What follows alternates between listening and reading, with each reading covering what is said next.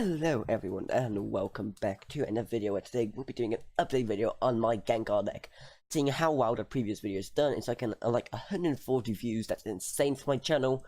So today I'll be providing you with an update to kind of show you what I've done to the deck since, seeing how many of you liked that video. So first of all, we're going in with our regular Gengar line. So we have 3 Ghastlies, 2 Haunters, and then the Gengars.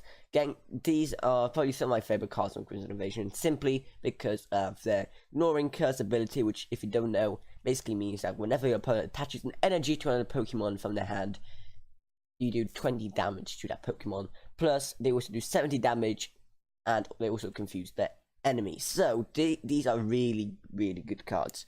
So, that's why I played 2 of them, simply because they're just so good. Next up, we have a Salazzle line with 2 Salandits and a Salazzle Nice Crimson Invasion Stamp Promo. I like this one simply because, well, first you can just use Severe Poison, and while they're poisoned, while they slowly get knocked out, you can just continue to use Nasty Plot to search your deck for 2 cards and put them into your hand every single go.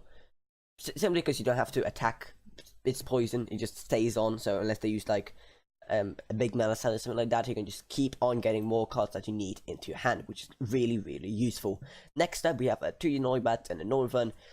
Northern is like a really good standard GX in this deck. It's not too really OP, but he also does a nice solid amount of damage, 120 for free energy. His GX move isn't the best, but also what's good about him is that really prevents your opponent from doing stuff, as his first attack prevents them from playing any item cards, and his second attack prevents them from using any special energy. Next up, we have Nihilego. I love this card, mainly because of its ability, Empty Light, which leaves both active Pokemon confused and poisoned when you play it from your hand onto your bench. Well, possibly you can choose. So that's really good. And then Lockup, which makes him not able to retreat, and then Symbiont GX, which allows you to add 2 prize cards to your opponent's prize card pool. That is so useful. Next up, we have Mewtwo GX. This is like the powerhouse of this deck, simply because of his full burst, which does 30 damage times the amount of energy attached to his Pokemon. Any energy, just attach it, and he'll do lots of damage. Or if, you know, we want to do lots of damage straight away, you can always use Side Strike GX to do 200 damage, and he can even heal himself, which is all really good. Next up, this card. This is another really good card from this deck, simply because he cannot be damaged by GXs or EXs, and that is so helpful. The amount of times I played with this deck in TCG Online, and after I pulled this out when people played the Guzzlord decks, they just immediately conceded the second I put him onto my bench. Not even as my active, the moment I put him on my bench, they conceded, and that's just the funniest stuff ever. And this just makes sure that you can't be damaged, so they have to, you know, either retreat or do some stuff messing around with their hand, which just prevents them a lot. And why is this here? Nope, this should be over here. Next up, Spinda. Like I said in a previous video, I love this card simply because for 1 energy you can leave your opponent confused, and it does 30 damage. So this is a really good standard card when you don't have much energy or better Pokemon. You know, just leave them confused and 30 damage. That's not that good, but also not that bad. And leaving them confused always makes them, you know, a bit weaker. Okay, now moving on to the supporters. We have a nice mixture of everything. There we go.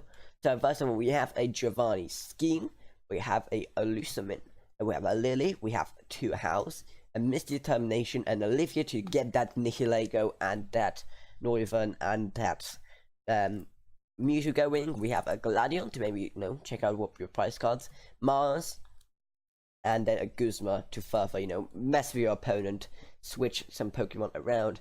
Then we have onto the Pokeballs. We have 2 copies of Nespal, 2 copies of Timable, and 1 Ultra Ball. Then onto all the other items. Have a nice healthy mix of everything, including a Choice Band, a Wishful Baton, Pokemon Catcher, Field Blower, Big Melisande, Switch, and 2 energy retrievals to, you know, help you power up that Mewtwo GX, for example, and an enhanced hammer to mess with your opponent further, and then 1 stadium card, Altar of the Moon, simply because, you know, it's a Psychic and Dark deck, and this makes the retreat cards even less, so you can just switch your Pokemon around basically for free, so you can really just do the attacks that best suit your current situation. Then we are playing 9, I think so, 1, 2, 3, 4, 5, 6, 7, 8, and 9 Psychic energy. I'm playing 6 dark energy, 1, 2, 3, 4, 5, 6, 3 double colorless energies, and a single warp energy. So, I hope you like my little update video on this deck. If you have any more suggestions or feedbacks on this deck, please let me know.